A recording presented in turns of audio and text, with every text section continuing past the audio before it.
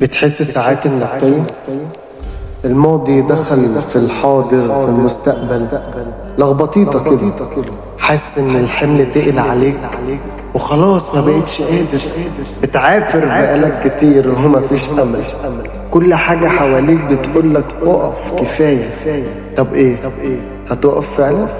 انا بقولك لا. لما قبلت التحدي من البداية انت قلت اللي انت هتكمل للنهاية لحد ما توصل. دايما افتكر ده، افتكر الشغف اللي قابلت بيه الفكرة بأول مرة، افتكر حجم الصعوبات والتحديات اللي ما فرقتش معاك ولا خفت منها، افتكر جرأتك، افتكر الثقة، افتكر اللي انت من جواك كنت شايف اللي انت تقدر واللي انت مميز وانك غير اي حد.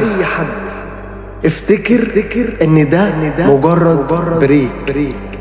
Take a deep breath and go on. باخد نفسي بس وهرجع تاني احسن من الاول.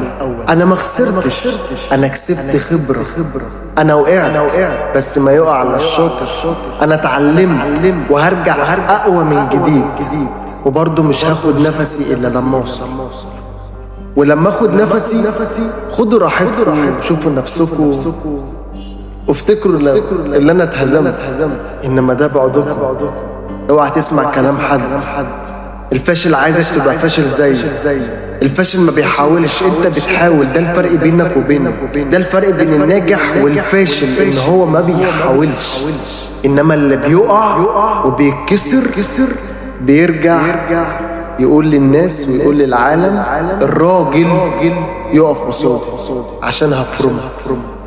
وكل يوم بداية جديدة. وصلى على النبي.